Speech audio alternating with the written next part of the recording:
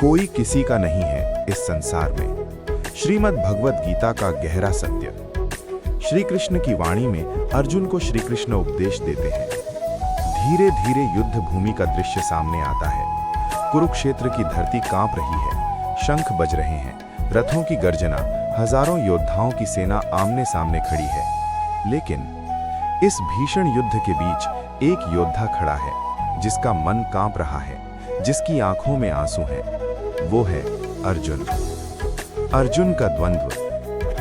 अर्जुन देखता है, सामने खड़े हैं उसके अपने पितामह भीष्म, गुरु द्रोणाचार्य, भाई, रिश्तेदार, मित्र। उसका धनुष गांडीव हाथ से छूटने लगता है। वो कहता है, हे माधव, मैं इन अपनों को कैसे मारूं? ये मेरे हैं, मैं इनका हूं। उस क्षण भगवान श्री कृष्ण मुस्कुराते हैं और वहीं से प्रारंभ होता है जीवन का सबसे बड़ा सत्य। श्री कृष्ण का पहला सत्य। श्री कृष्ण कहते हैं, अर्जुन, तो जिनको अपना समझ रहा है वे वास्तव में तेरे कभी थे ही नहीं। अर्जुन चौंक जाता है। कृष्ण आगे कहते हैं, इस संसार में कोई किसी का नहीं है, सब केवल कर्म और आत्मा के संबंध से जुड़े हैं। संसार का मोह सबसे बड़ा भ्रम। आज भी हम वही गलती करते हैं जो अर्जुन कर रहा था। हम सोचते हैं, ये मेरा पिता है, ये मेरी माता है, ये मेरी पत्नी है, ये मेरा पुत्र है, ये मेरा मित्र है। लेकिन गीता कहती है, न त्वेवाहं जातु नासम, न त्वं नेमे जनाधिपाः। अर्थात न तू कभी नष्ट हुआ, न ये लोग कभी नष्ट होंगे। शरीर बदलते हैं, रिश्ते बदलते हैं, लेकिन आत्मा अजर अमर है। आत्मा का रहस्य। श्री कृष्ण कहते हैं, वासांसि जीर्णानि यथा विहाय नवानि गृह्णाति नरोपराणि। जिस प्रकार मनुष्य पुराने वस्त्र छोड़कर नए वस्त्र धारण करता है, वैसे ही आत्मा पुराने शरीर को छोड़कर नया शरीर धारण करती है। तो फिर जो आज मेरा है वो पिछले जन्म में किसी और का था और अगले जन्म में किसी और का होगा, तो फिर मेरा कहां से आया? सबसे बड़ा दुख अपेक्षा। जब हम किसी को अपना मान लेते हैं तो उससे अपेक्षा भी रखते हैं, और अपेक्षा से जन्म लेता है दुख। आप सोचते हो, मैंने उसके लिए इतना किया, लेकिन उसने मेरे लिए क्या किया? यही मोह है, यही बंधन है, यही दुख का कारण है। गीता का मनोवैज्ञानिक ज्ञान। श्री कृष्ण कहते हैं, कर्मण्येवाधिकारस्ते मा फलेषु कदाचन। तुझे केवल कर्म करने का अधिकार है, फल पर नहीं। जब तुम किसी के लिए कुछ करते हो और बदले में कुछ चाहते हो, वहीं से दुख शुरू होता है।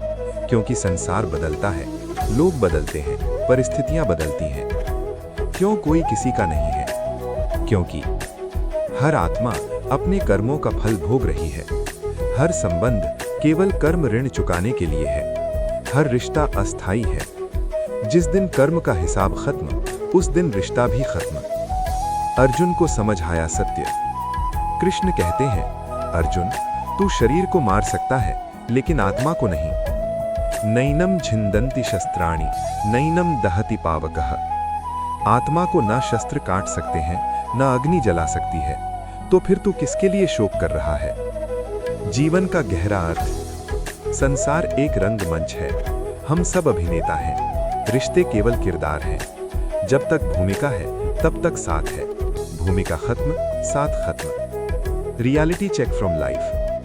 आपने देखा होगा, बचपन के दोस्त आज दूर हैं। जिनके बिना जीना मुश्किल लगता था, आज उनसे बात भी नहीं होती। जिनके लिए आपने सब कुछ किया, वही सबसे पहले छोड़ गए। क्यों? क्योंकि कर्म का बंधन खत्म। श्री कृष्ण का अंतिम संदेश। अर्जुन, संसार में रहो, लेकिन संसार को अपने भीतर मत बसाओ। मोह छोड़ो, कर्तव्य निभाओ और परमात्मा पर विश्वास रखो। Emotional pause. अगर आज कोई आपको छोड़ गया है, अगर आज कोई आपका नहीं रहा, तो दुखी मत हो, क्योंकि वो कभी आपका था ही नहीं। वो केवल एक अध्याय था, पुस्तक अभी बाकी है। अगले भाग में हम जानेंगे कर्म बंधन का पूरा रहस्य, क्यों हर रिश्ता पिछले जन्म से जुड़ा है, और कैसे मोह छोड़कर भी प्रेम किया जा सकता है। अभी तक बने रहने के लिए धन्यवाद। कर्म बंधन का रहस्य, क्यों हर रिश्ता अस्थायी है। कुरुक्षेत्र की भूमि पर अर्जुन अब भी मौन खड़ा है, लेकिन उसके भीतर प्रश्नों का तूफान है। वो पूछता है, हे केशव, यदि कोई किसी का नहीं है तो फिर ये रिश्ते क्यों बनते हैं? माता पिता, भाई बहन, पति पत्नी, ये सब क्या केवल भ्रम है? श्री कृष्ण मुस्कुराते हैं। कर्म ऋण हर संबंध का आधार। कृष्ण कहते हैं, अर्जुन, हर आत्मा अपने कर्मों का लेखा लेकर जन्म लेती है। हर जन्म में कुछ अधूरे हिसाब होते हैं। कभी तुमने किसी को दुख दिया, कभी किसी ने तुम्हारी सहायता की, कभी तुमने किसी से प्रेम किया, कभी किसी से घृणा। वही अधूरा हिसाब अगले जन्म में रिश्ते बनकर लौटता है। इसे ही कहते हैं कर्म ऋण। रिश्ते क्यों टूटते हैं? जब तक कर्म ऋण बाकी है तब तक संबंध रहता है।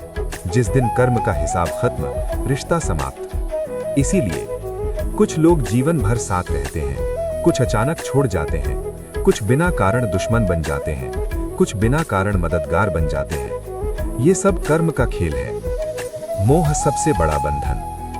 अर्जुन पूछता है, हे माधव, यदि सब कर्म का खेल है तो फिर मोह क्यों होता है? कृष्ण कहते हैं, मोह शरीर से जुड़ा है, आत्मा से नहीं। जब आत्मा शरीर धारण करती है तो वो प्रकृति के 3 गुणों से प्रभावित होती है, सत्व, रज, तम।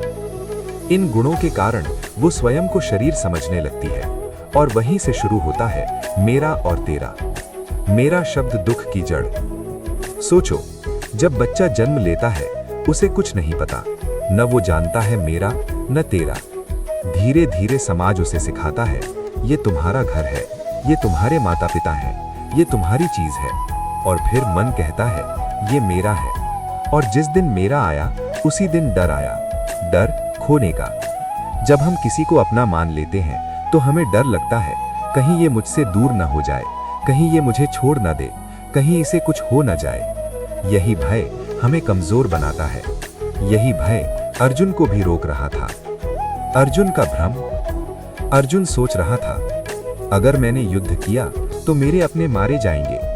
लेकिन कृष्ण कहते हैं, अर्जुन, तू केवल माध्यम है, जो होना है वो पहले से निश्चित है।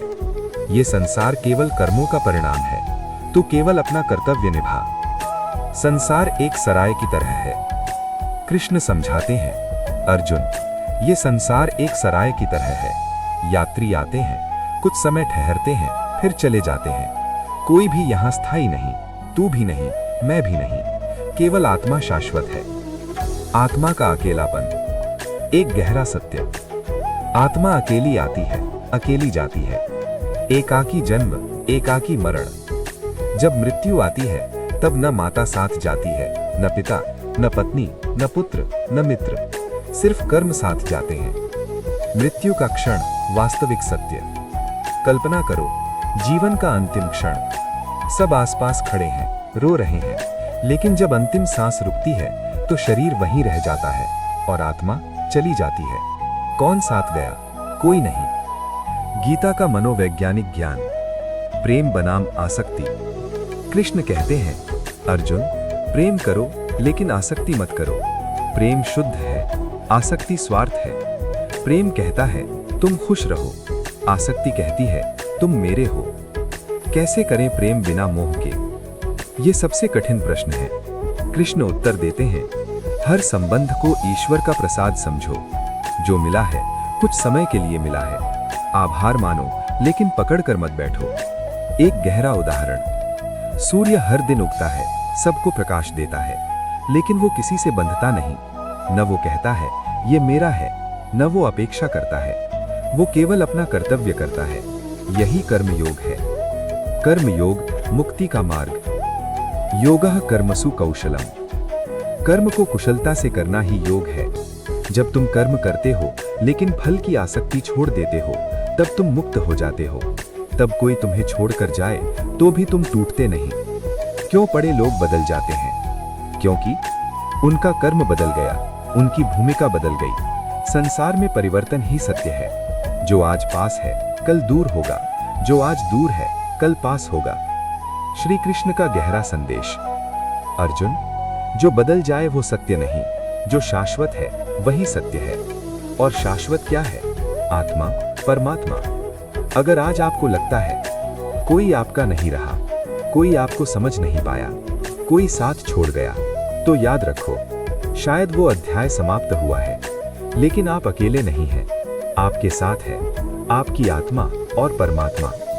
अगले भाग में हम जानेंगे क्यों कुछ लोग जीवन में अचानक आते हैं, आत्मा और परमात्मा का संबंध, और कैसे मोह छोड़कर भी संसार में सफल रह सकते हैं। आत्मा और परमात्मा का संबंध, अचानक मिलने वाले लोग, जीवन का छिपा हुआ रहस्य। अर्जुन का अगला प्रश्न। अर्जुन अब स्थिर है, लेकिन उसके मन में एक और सूक्ष्म प्रश्न उठता है।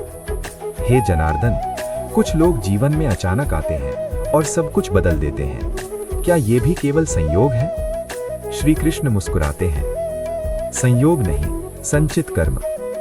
कृष्ण कहते हैं, अर्जुन का अगला प्रश्न। अर्जुन अब थोड़ा शांत है, लेकिन उसके मन में एक और प्रश्न उठता है। हे जनार्दन, कुछ लोग जीवन में अचानक आते हैं और सब कुछ बदल देते हैं, क्या ये भी केवल संयोग है?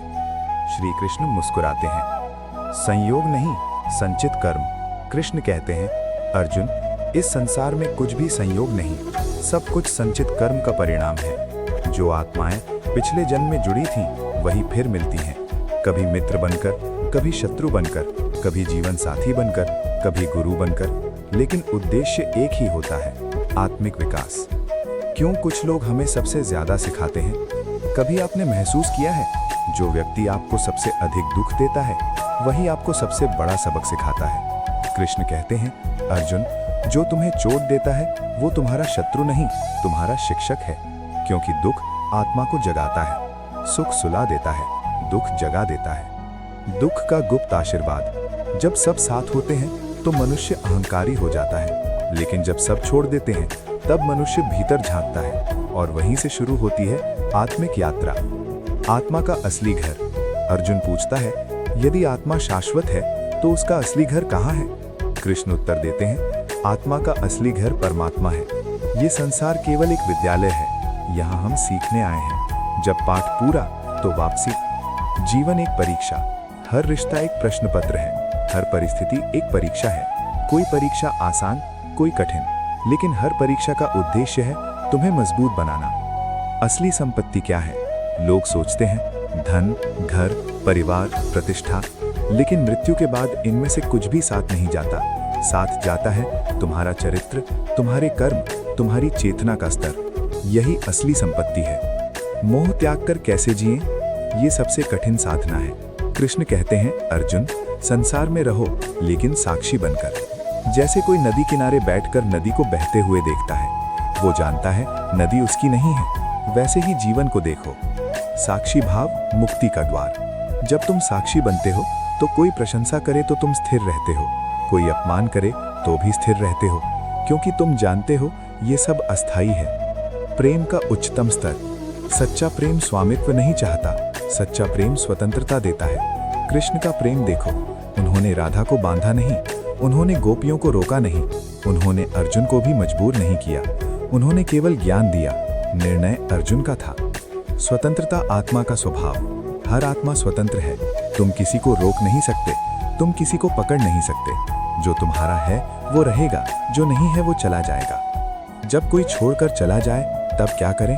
कृष्ण कहते हैं, उसे आशीर्वाद दो, क्योंकि शायद उसका कर्म तुम्हारे साथ पूरा हो चुका। उसे रोकना उसके और अपने दोनों के विकास को रोकना है। वास्तविक शक्ति क्या है? वास्तविक शक्ति ये नहीं कि कितने लोग तुम्हारे साथ हैं, वास्तविक शक्ति ये है कि अकेले होकर भी तुम शांत रहो। आत्मनिर्भरता आध्यात्मिक स्तर पर। जब तुम समझ जाते हो कि कोई किसी का नहीं, तब तुम टूटते नहीं बल्कि मजबूत बनते हो। तुम अपेक्षा छोड़ देते हो, तुम शिकायत छोड़ देते हो, तुम तुलना छोड़ देते हो, और वहीं से शुरू होती है असली स्वतंत्रता। अर्जुन का परिवर्तन। अब अर्जुन के चेहरे पर भय नहीं है, उसने समझ लिया वो अकेला नहीं है, उसके साथ है उसका धर्म, उसका कर्तव्य और स्वयं श्री कृष्ण। आधुनिक जीवन में गीता का प्रयोग। आज अगर परिवार समझ नहीं रहा, मित्र साथ छोड़ गए, प्रेम में धोखा मिला, कोई अपना बदल गया, तो टूटो मत। सोचो, शायद ये अध्याय पूरा हुआ, शायद अब तुम्हें आगे बढ़ना है। यदि आज आपको लगता है कि दुनिया में आपका कोई नहीं है, तो आंखें बंद करें, गहरी सांस लें और याद करें, आप अकेले नहीं हैं। आपके भीतर परमात्मा का अंश है, वही आपकी असली पहचान है। अगले भाग में अहंकार और मोह का संबंध, क्यों भगवान भी कभी कभी हमें अकेला छोड़ देते हैं और पूर्ण वैराग्य की अवस्था क्या होती है। पार्ट 4, अहंकार, मोह और पूर्ण वैराग्य का रहस्य, क्यों कभी कभी भगवान भी हमें अकेला छोड़ देते हैं। अर्जुन का नया प्रश्न। अर्जुन अब स्थिर है, लेकिन उसके मन में एक सूक्ष्म प्रश्न उठता है। हे माधव, यदि आप मेरे साथ हैं तो फिर कभी कभी जीवन में ऐसा क्यों लगता है कि भगवान भी साथ छोड़ देते हैं। श्री कृष्ण गंभीर हो जाते हैं। भगवान कब दूर लगते हैं। कृष्ण कहते हैं, अर्जुन, मैं कभी दूर नहीं होता, लेकिन जब मनुष्य अहंकार में डूब जाता है तब उसे मेरा अस्तित्व महसूस नहीं होता।